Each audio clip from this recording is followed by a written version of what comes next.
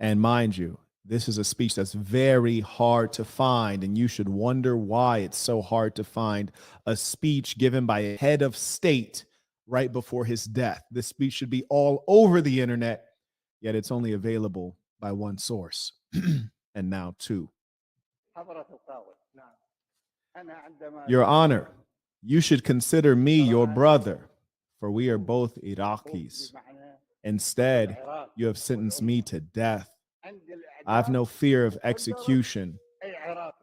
I'm aware, Your Honor, that you're being controlled by the Americans. I'm not defending myself, I'm defending you. This is not a trial.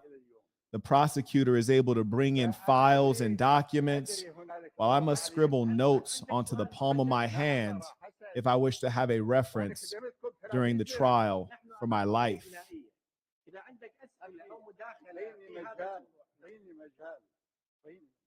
Again, I'm not here to defend myself. I'm here to defend Iraq. According to Iraq's constitution, the one signed by me, and even the new phony documented, dictated by your American handlers, they both record that our nation is a nation governed by the religion of Islam. We are a Muslim country. Prayer time was twice upon us. Twice I reminded you. Twice you ignored. Moreover, let us consider the condition in which you hold witnesses. Rooms without windows.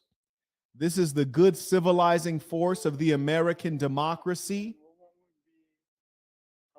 Iraqis are experiencing the conditions of incarceration merely to testify as a witness.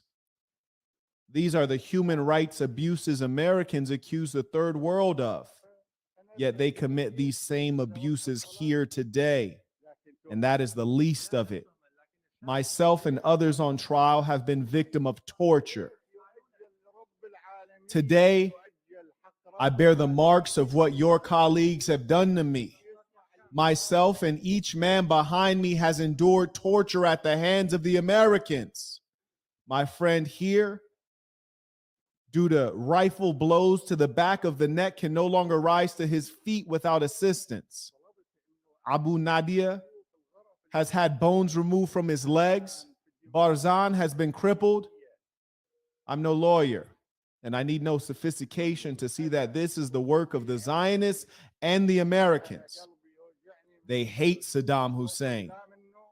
The American president is the world's greatest liar. He said Saddam Hussein had chemical weapons, but we have found that to be a lie. He claims Saddam Hussein is connected to terrorism, but no such connection has been verified. And the Americans say that we are not being tortured. 3 times we have shown our injuries to their medical examiners.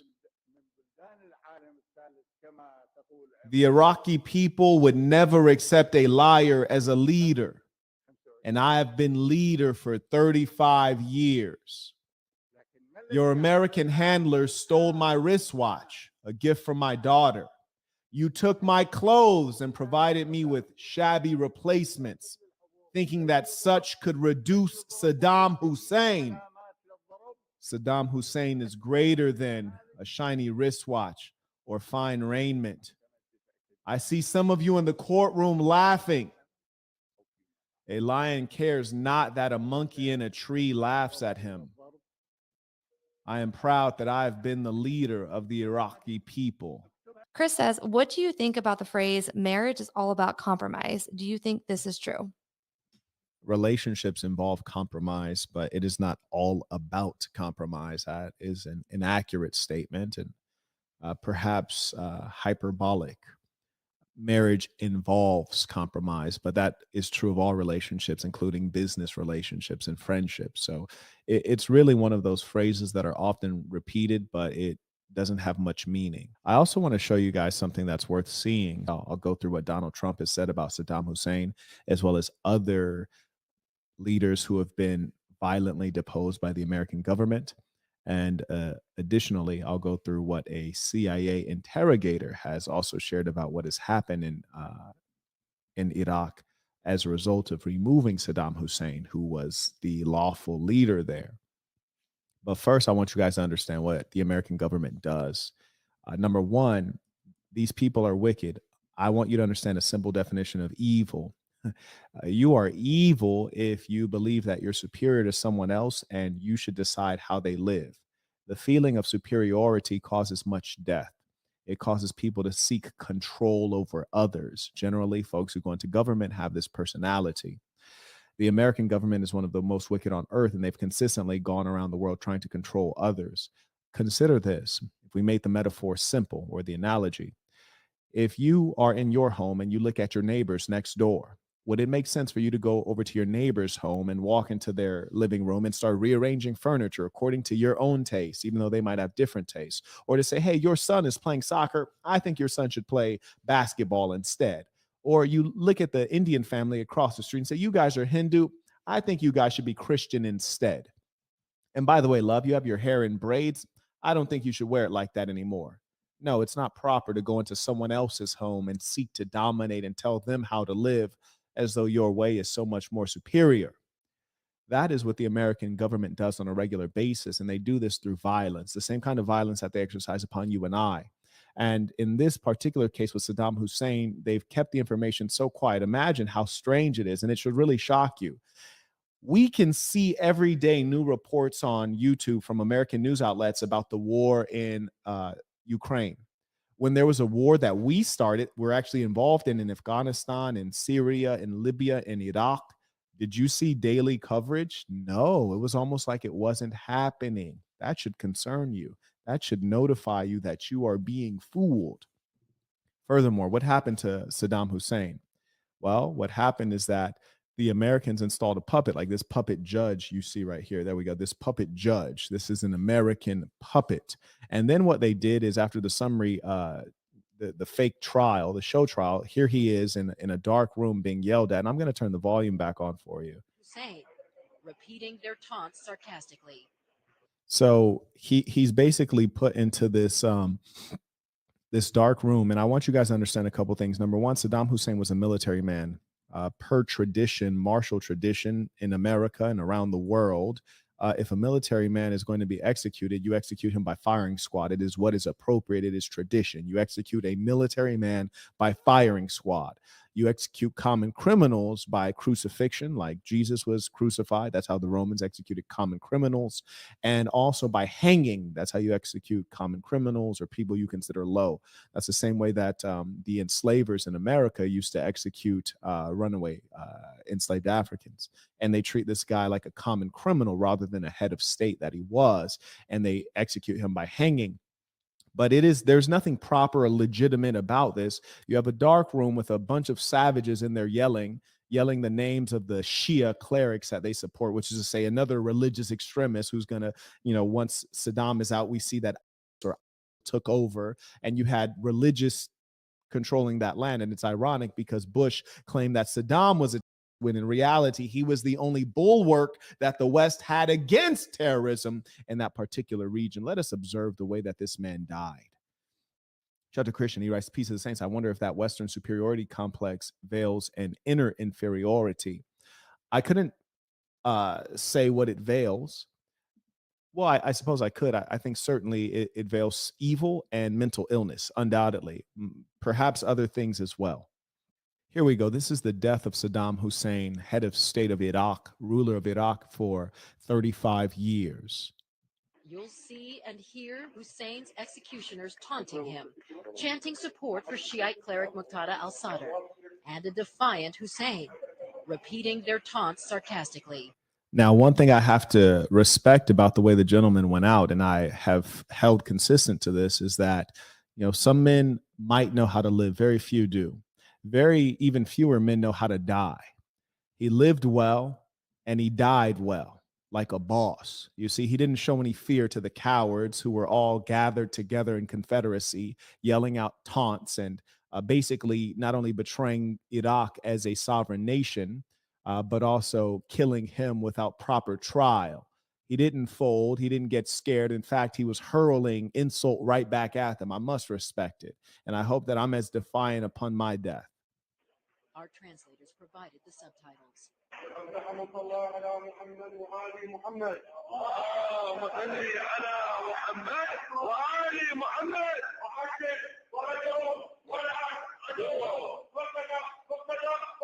So now they're chanting the name of a religious extremist while Saddam is facing death. This is the name of a religious extremist of the Shia sect, which it has been said that Saddam oppressed this particular sect during his time in power. We have El 28 said, appreciate you. Thank you very much. And shout out to the wise men, the true leaders who want meaningful knowledge. And on Cash App, Justice came in and said, peace to the saints. Is this more ruthlessness or insecurity? I can't speak to the insecurity. I don't want to insinuate negative traits onto them that I would want them to have. But certainly we know it's ruthless. Like, that part is undeniable. The insecure part is questionable, but the ruthless part is certain. And I think that, ruthlessness, I can respect that, but it's backed by evil. And that's what I find to be saddening. And it keeps the world perpetually at war, and it robs the world of peace. We can never know peace as long as these personalities exist. And their efforts to control us are veiled in so many different ways. They pursue control in every area of human activity: labor, sex, war, education, economics, and entertainment, and much else. And in all those areas of human activity, they control in subtle ways. For example, you might think that the United States government, as well as much of the West, they want you to be what's called banked, meaning they want you to use banks, they want you to use credit cards, they want you to use the financial systems. They do not want you to use cash. They don't want you to use paper money. Why? Because then the government can't freeze your assets. We've observed with Top G that they were able to freeze his assets because his assets are in banks. If his assets were in paper money, they'd have trouble tracking it down and controlling him thereby. So all of these different means they use to control us. It's quite insidious. Let's hear what the Donald has to say about this particular situation. Oh, yeah, and by the way, that speech was written by yours truly. You dig? Best speech writer on the planet Earth today. Factual. Carrying on. What? Well, I'm just being honest here. Jeez. Hey, I think that, humility is good. It's good to be humble, but I don't want to be a liar. Right. I don't want to be a liar. I just got to keep it honest out here. And I want you guys to understand, I didn't write that speech, to make it a great speech. I could have made it much better than it was. I tried to stick to what he was actually saying. So I didn't add in the kind of flair that I would put in my own speech. Carrying on. We shouldn't have been there.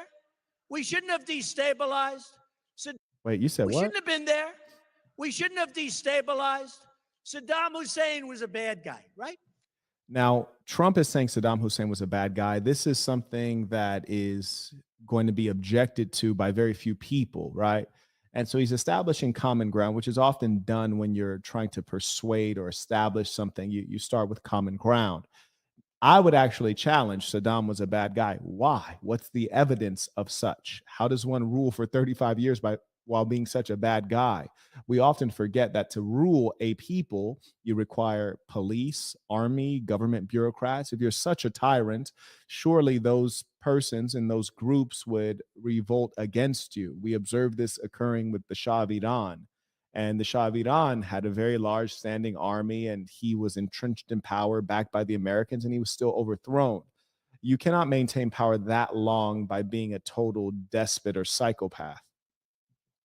He was a bad guy, really bad guy. But you know what he did well? He killed. He did that so good. They didn't read him the rights. They didn't talk. It was over. Now, Donald Trump is really good with what calls magical simplifications. But yes, it is true that he was very effective with his enemies, be them domestically produced, homegrown, that is, or outside enemies, be it any of his competitive neighboring states like Iran, or non-governmental organizations like or whomever was going to pop up. He was quite effective. So I agree there. But here's the thing. It doesn't matter if it's Saddam, Muammar Gaddafi, or Bashar al-Assad. Anytime you have a strong leader in a nation state, it's going to provide for greater levels of government services, greater levels of stability, peace, and security. When you remove a Saddam Hussein, you replace it with something that's weak. In this case, they tried to replace it with American style democracy, which our democracy is a bit fictional, but their democracy is obviously fictional, and no one even believes in it. It has no legitimacy. And you also have to realize that you cannot implant certain things into the Middle East because they're a bit too foreign, and the culture might not be ready for it. And they try to implant something foreign, American style democracy. It's failing. And what's more, you have a weak state and it can't protect itself. It can't deliver services. It can't protect itself. And now today we see that has significant swaths of Iraq. Basic services are not there. Electrical grid is unreliable. It's all bad. Today, Iraq is Harvard for terrorism. You want to be you go to Iraq. It's like Harvard. True story. Here's the next piece.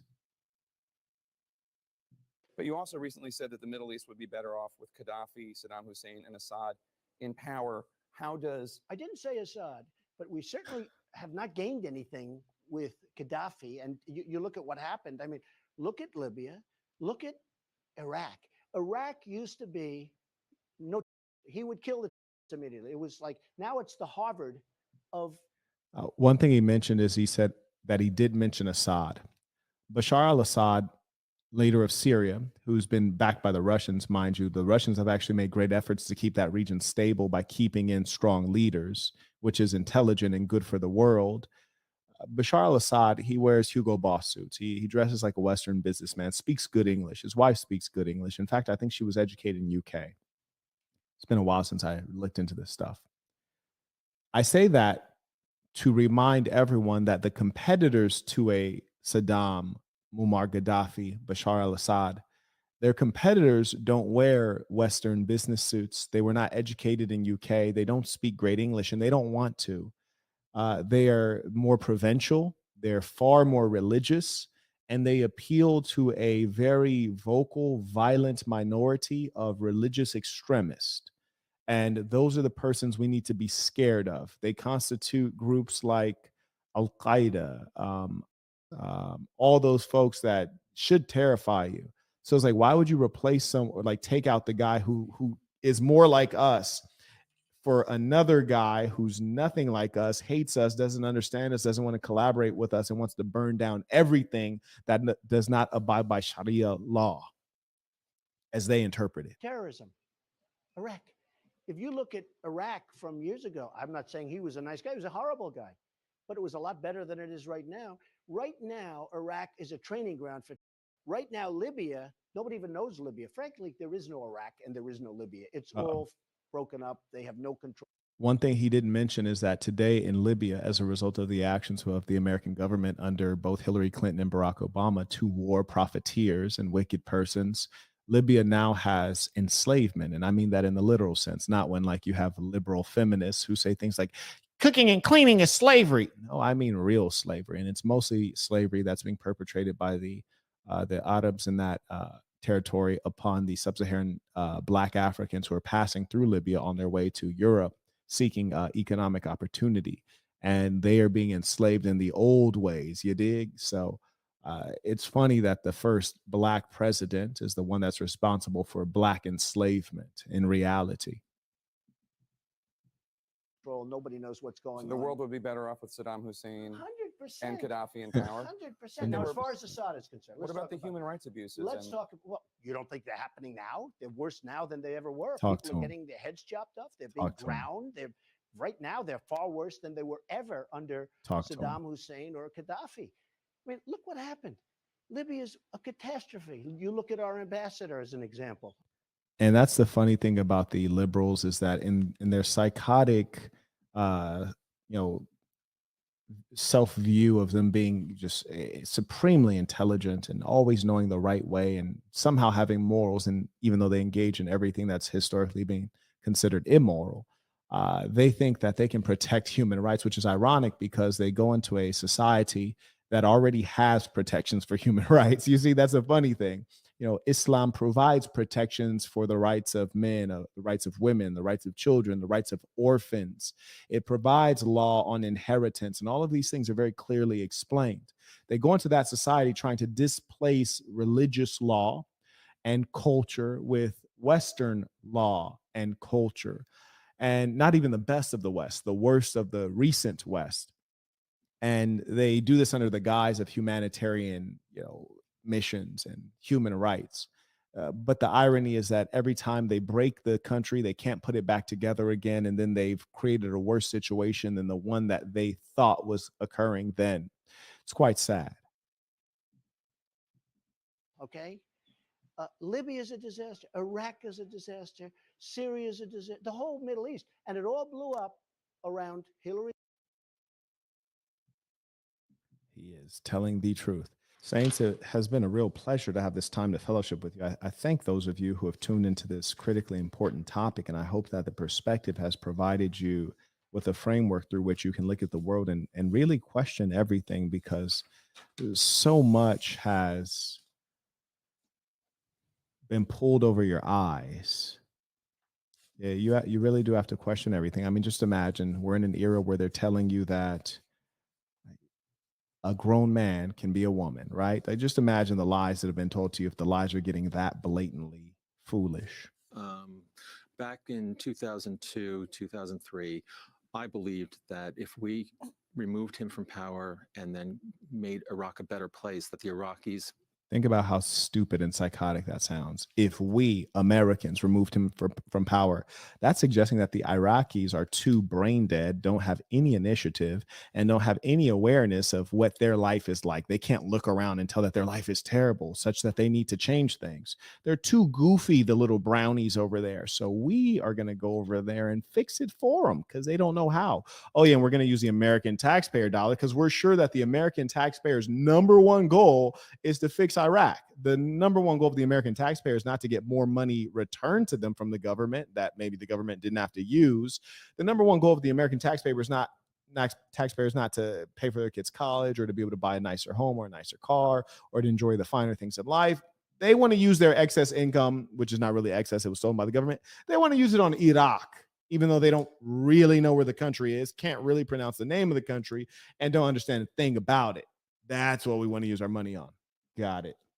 Here's one of the psychopaths I was just speaking, a fellow who was a part of the Central Intelligence Agency and too foolish to be able to project out what's going to happen when you go into a society you don't understand and try to turn it into little America. It's not Canada. It doesn't want to be little America. Would, that would be better for Iraq, and that we could help turn the country into a functioning, hopefully democratic country that, would be as good as what the Iraqi people deserved. Did you change your view? 100%. 100%. When people ask me, was it worth taking him out of power? I say, look around you. Show me something that is positive that happened. Now, here's the problem. He's telling the truth now. He's pointing out that everything America did in Iraq, as well as Afghanistan, Syria, and the list goes on indefinitely, has been bad when we engage in regime change. But here's what we need to understand. I was a child, damn near. I was in graduate school when Barack Obama and Hillary Clinton decided to go and break Libya. I remember being deeply disturbed, knowing it was a horrible idea. How did I know that in my early 20s? I was like 23. How did I know? No, I was younger than that, actually. I was about 22, 23. How did I know that at 22, it would be a bad idea to go in and engage in regime change in Libya? But for some reason, this seasoned older CIA operative did not know that. That should concern you.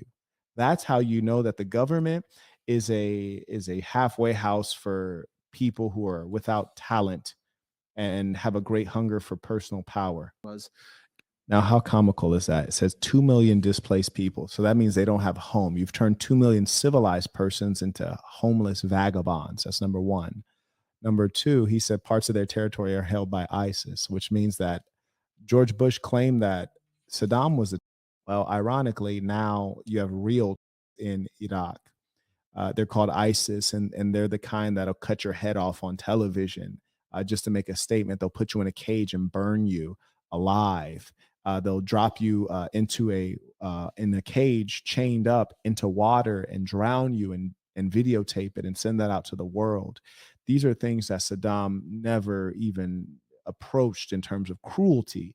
So you get Saddam out of the way, who never had any actual connection to terrorism, and then you bring these guys in who are completely insane and also very good at propaganda, by the way. I don't know if you ever saw any of their propaganda work. It's quite effective. Edis sent a cash app. He says tuition. Shout out to the Saints supporting the work. And if you ask the average Iraqi, Sunni, Shia, or Kurd, were things better back then? Were services better? Did the government do more for you? I think they would say yes. I can't find one thing. And if you said, well, maybe, what about the Kurds? They're almost independent now. And so that was happening already. I can't find one thing. What an imbecile. I mean, if the way the government does their job was the way Amazon did its job, Amazon would be out of business. Everything the government offers you for the most part is low quality. You drive on roads with potholes in America. It's outrageous. You go to the DMV, you have to cancel your whole day and spend 4 hours there.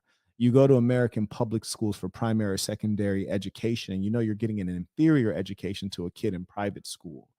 What does the government do well except start wars? Not finish them, not win them, just start them. Unreal. In summary, what I'm saying to you is that as the West declines, you will be best protected if you are a part of a group that will protect you. We're in a time in America where you have movements saying defund the police. I don't like the police at all. I didn't grow up liking them, but I've never had to call 911. But I can tell you, if I was a regular civilian and I had to call 911, I would hope someone would answer and show up. These people are saying defund the police as though criminals have been defunded and removed from the society, which is not true. The assassin is all the more critical in as much as you must have people to protect you, lest you'll be victim in the society the way it's devolving. You also are going to need your children to be in schools where they can get real education. You're going to need to private school your kids, because in the public schools, they're going to be learning about Harvey Milk and sexual liberation while they're 5 years old. That's not what you want, Saints. We are indeed in revolutionary times. It is a time for action. If we continue to sit back and complain and engage in internet debates, thinking that we've won the internet debate, so now people are going to, fix their behavior, we're going to suffer more of the same. Saints, it has been truly a pleasure to have this time to fellowship with you. Let us end with our tradition, the Creed of the Assassin. Repeat after me with full conviction, knowing this is true of you. The Creed of the Assassin. I'm going to be who I truly am because I am remarkable, and I'm going to strive every moment to show the greatest part of who I am. Until next time, peace of the Saints.